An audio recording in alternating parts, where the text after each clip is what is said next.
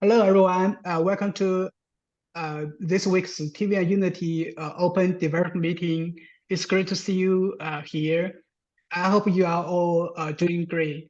Today, we are very happy to dive into an exciting topic, the DSL Relax Select for distributed model execution.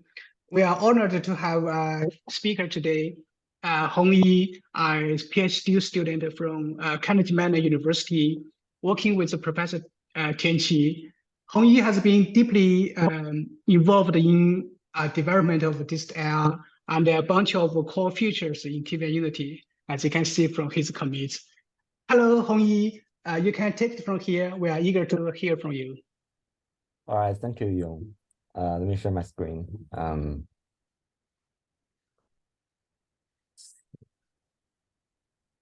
All right, can you see my screen?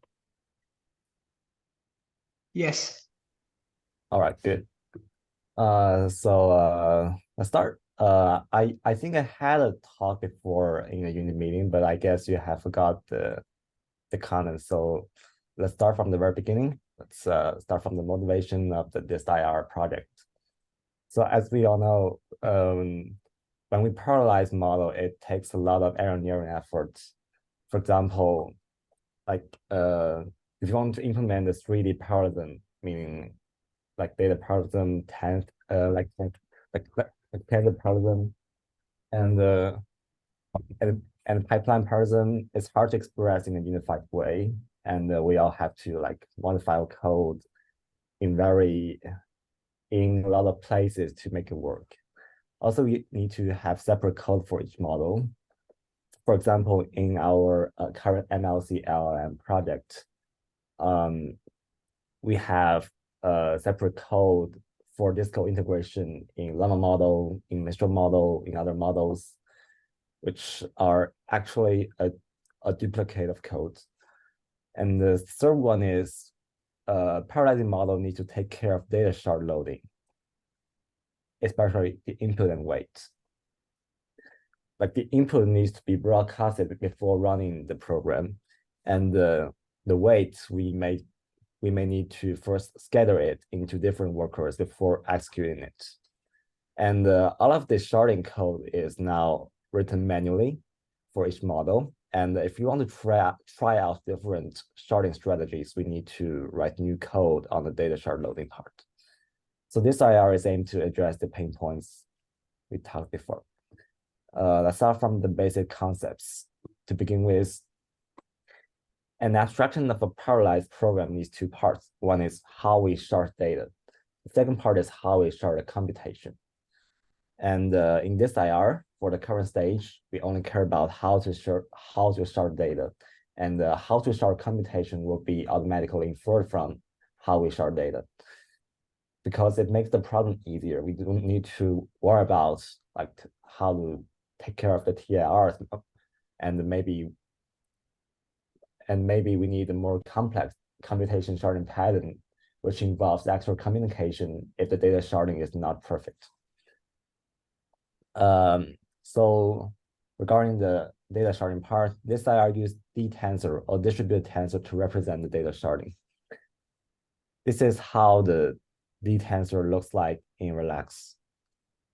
It has 4 fields, it has shape and D-type, just like a regular tensor.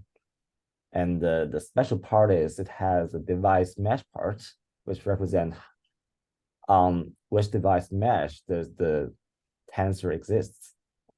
For example, this is a 2x2 device mesh, which is composed of 4 devices. And the first part is the placement field.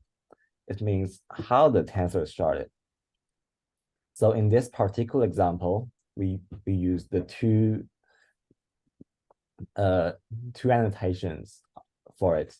R means replica, and S means sharding. So this means that the first dimension of the device mesh, this 2 is mapped to replica, means the tensors means the data are same across the first dimension of device mesh. And the second annotation S0 is for the second device mesh dimension, each one takes half of the tensor.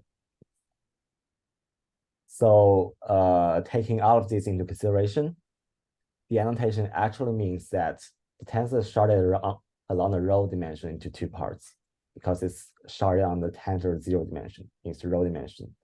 The upper part exists in 0 and 2, and the lower part is replicated along 1 and 3. And since this style can be considered as a dialect for relaxed program, we can apply all of the relaxed transformations, parser, printer on it. Let's focus on a specific program, that is MLP. Suppose we want to follow the Megatron LM style sharding strategy. We have this MLP y equals JLU XA, x multiplied with A, and then we multiply y with B. And we're gonna shard A along columns and shard B along rows. That will produce and now reduce after all of these sharding things. So after sharding in mathematical formula, the expression would be like this. And the following is this IR representation. We'll see that X is replicated between the devices. And A, the first weight, is sharded along the column dimension, the first dimension. B is sharded along the 0th dimension, its row dimension. That's the same as we described before. And for each intermediate tensor, we also have these sharding annotations that represents how the intermediate tensor is sharded. Like the result of the first manual, we have the tensor sharded around the column dimension. After JLU, still sharded on the column dimension. And after the final manual, it will be replicated. Eric has a question, seems. Oh, Eric, go ahead. Yeah, so I was curious with the say sharded and replica annotations, how would you represent something where there's a rearrangement that needs to be performed prior to sharding? And so this has sometimes come up in the sharding of fused QKV, say weights, where the full tensor is like some 12,000 long, but needs to be divided up back into those original 4,096 length for each of the components, and then sharded along that subsets. And so that doesn't seem like it would be something that would be either represented as the sharded or replica. And so I'm wondering how such a case would be handled here. Oh, that could be transformed to such format. For example, if you have a QKV, if you have a fused QKV weight matrix, right? Then you could reshape that into like for example, the fused QKV weight is like this shape, and you can reshape it into this shape, right? Mm-hmm. And you can say that you want to shard in this axis. Okay, and so you would need to introduce intermediate tensors that are going to be lowered out later in order to represent the desired say sharding in these cases? Yeah, you have to transform the program so that you will make the axis you want to shard in a separate index. Thank you. That was what my guess was, but I didn't want to figure it was better to ask than to assume. Thank you.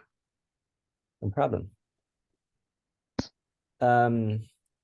So we got the MLP, the annotated sharding MLP in this IR. Of course, it can be easily lowered because we know like what's the shape after lowering. When we have R, we don't modify the shape. When we have S, we just divide the shape by the size of the device mesh. So after lowering, we have this IR. We have this relaxed program.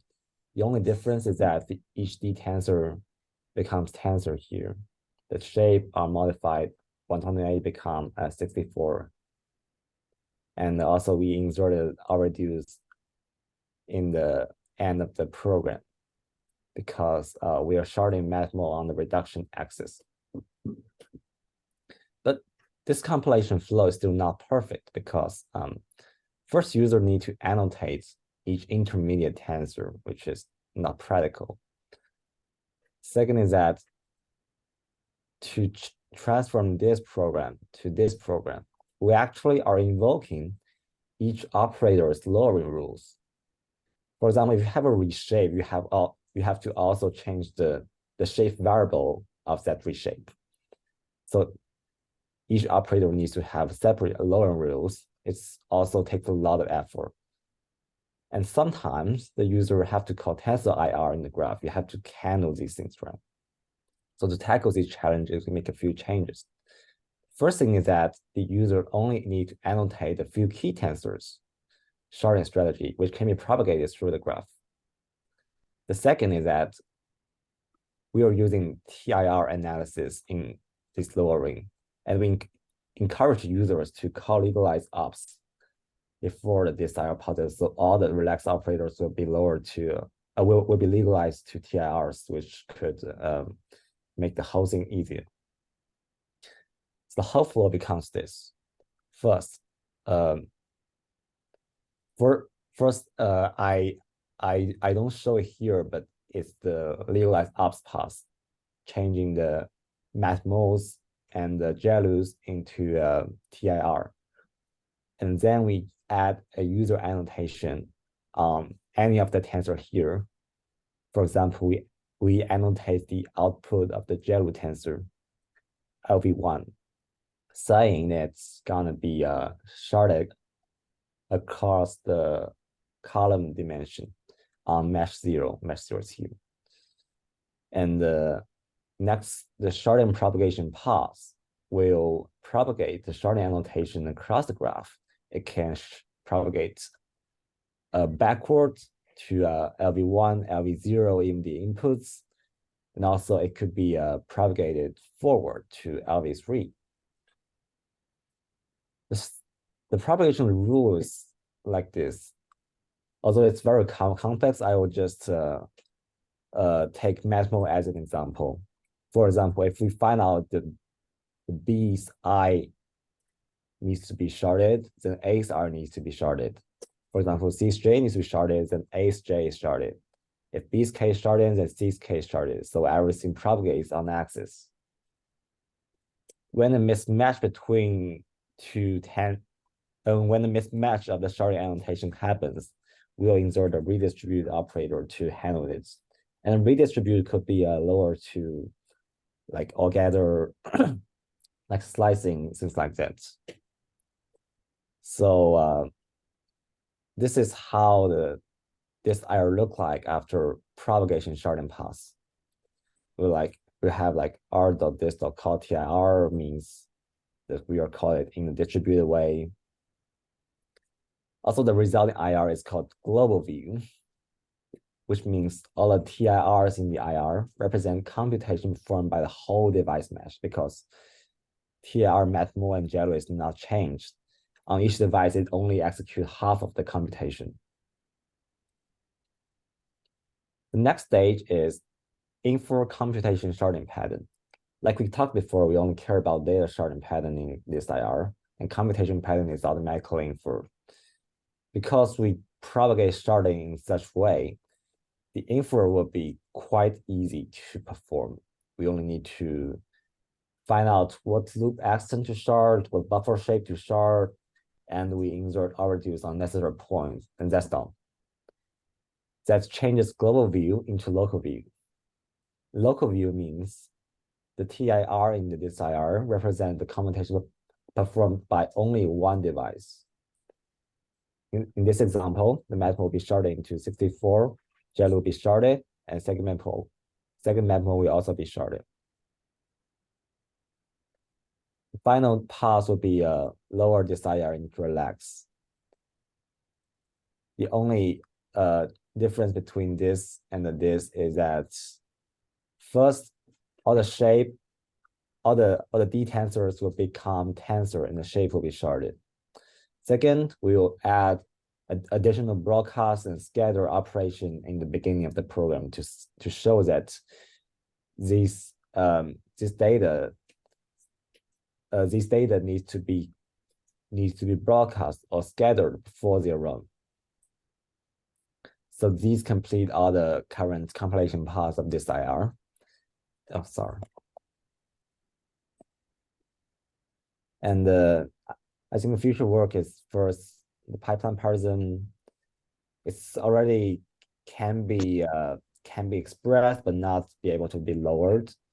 And the second part is how to support complex computation sharding pattern, like for this MATMO, this I and this K, for example, was sharded, and this I is sharded. We expect this data sharding pattern, but of course it's not easy to infer what's the correct computation sharding pattern because it needs to insert extra communication here. And this is actually a pattern in ring reduce. For example, we need to seize each part in the ring fashion and use the part to calculate this method and finally concatenate it. And this is still a very interesting research problem. Yeah, I think that's all. You have other questions or comments?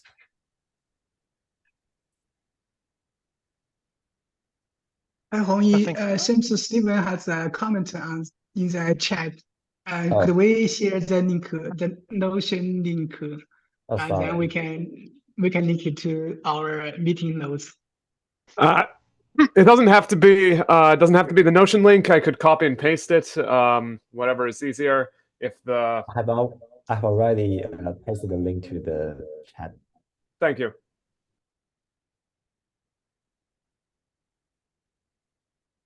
So I have some questions. Can you comment or give a little bit background of what is meant by device mesh? What kind of devices are supported here? Any kind of device as long as they're homogeneous. Like we have two A100 or 8 A100s and they form a device mesh. And the reason the device mesh has like a 2D dimension is that some devices has topology. For example, some connections have a faster speed and some have a slower. So we normally do not treat them as a 1D array. We form that as an ND array, and in each dimension we treat them as the same thing. The connections are same, but when we do communication across dimensions, then the communication speed is different. Okay. And do these devices have to have a shared memory space? What do you mean by shared memory space? Because they communicate through network or a global address space, or I mean, how do you lower this if there is some sort of OCN or a NOC communication? How do I lower it? Yes. The communication happens through a NICO or RICO, depending on what architecture are using. If you are using CUDA, you use NICO. If you are using ROCm AMD, then you use RICO. We use libraries to communicate memory between devices. I see.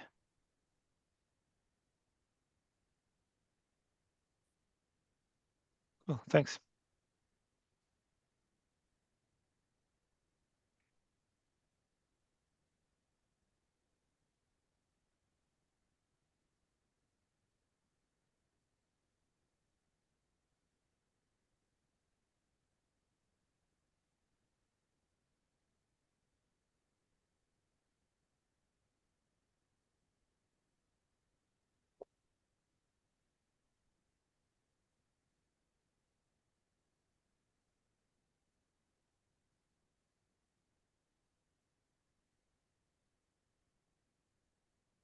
Are there any other questions?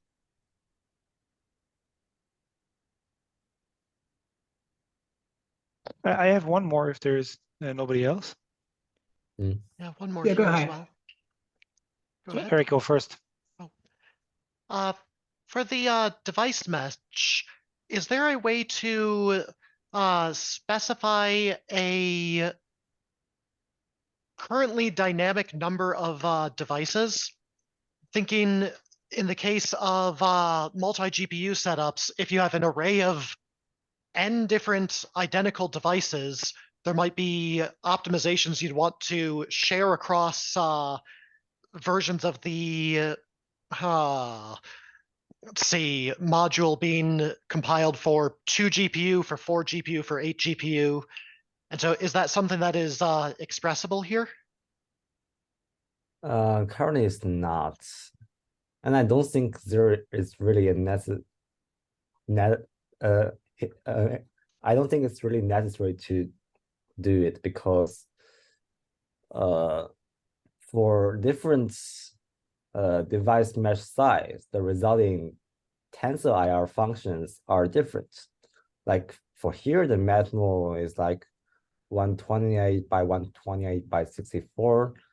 If the device num becomes 4, then it becomes 32, and the TR schedules will be different. Then this makes no sense to make it dynamic because the delight or any kind of schedule needs to be aware of what's the real computation you are going to do. Yeah, I'm imagining that it would be replaced with a static value after relax optimizations had largely been completed, but before lowering from the global view to the local view. And so that way the TIR would still have sufficient information for scheduling, but all of the steps before then could avoid any accidental discrepancies between versions.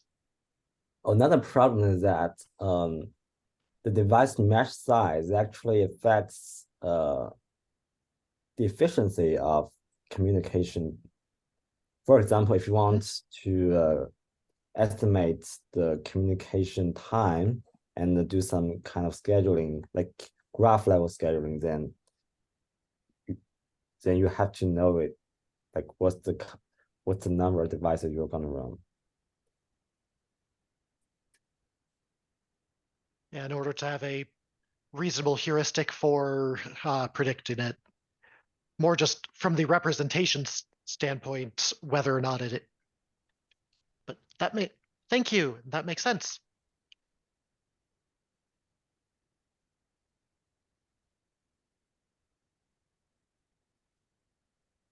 Or Michael, you had next question, I think? Yep. So yeah, I wanted to ask for the target devices. So I could think that this IR could be pretty valuable for also for accelerators that are like spatial accelerators. Is the goal here mainly for CPU GPU architectures, or do you think that so spatial accelerators could be also the target here? I think this IR is hardware agnostic. So any kind of hardware should work on it, including spatial accelerators you mentioned. I see. And how would I register the hardware specific details? I think the most important part is how do you communicate data? For example, in CUDA, you could just use Nickel, but in spatial accelerator, you need to provide some hardware specific library to do that, or you manually write some like send receive program on it. Right.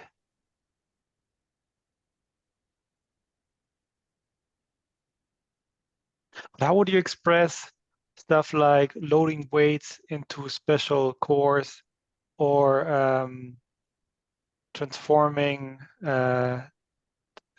performing activations from one core to the other? I mean, I can see like causal dependencies that you are describing here, but like something like pipeline parallelism, or also mapping on a spatial core seems to be somewhere in the back end, and I am not clear how I would register such a backend into such an IR. I might have some confusion about the context you're talking about. So you're talking about spatial accelerators. So are you referring to that you have several cores that are on the same machine and you want to do schedules on that, or like you have two accelerators on different on different places and you want to support running a program on two accelerators, just like that?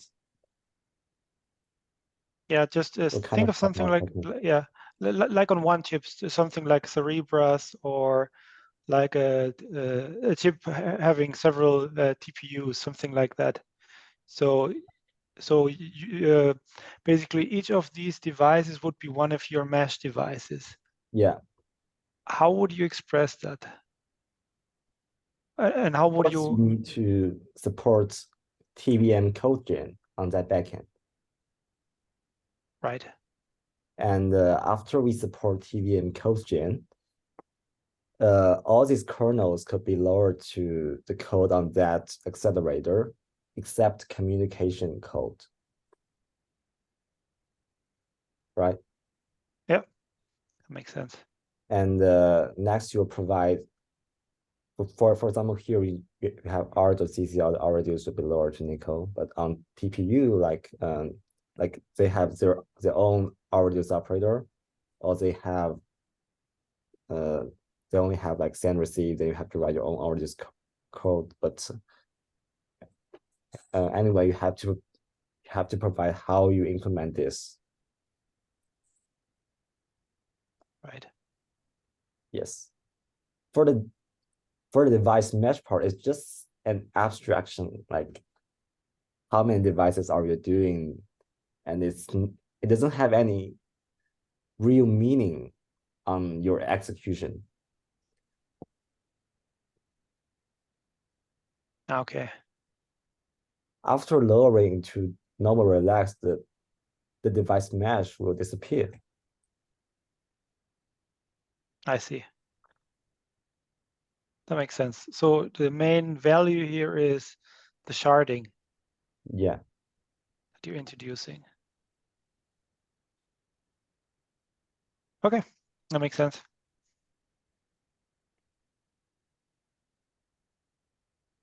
Thank you, Hongyi. Is there any other questions, folks? Okay, since there's no further questions, we can wrap up a bit ahead of schedule today. Thank you, Hongyi, for sharing the expertise and insights with us today. Yes, thank you. One last announcement before we wrap up. Let's remind everyone, next week is going to be a vertical focus session. So please bring your topics if you have any. There will be topics. There aren't any written down right now, but Sung has told us that his group has topics to present, so we'll get those added to the agenda when we can. But do not hesitate to add yours. Anything related to, as the name implies, vertical, to the vertical focus, so running LLMs end to end, that kind of thing. Most welcome at next week's session. We'd love to hear from you. Thank you. Thank you. Thank you, everybody. Thank you.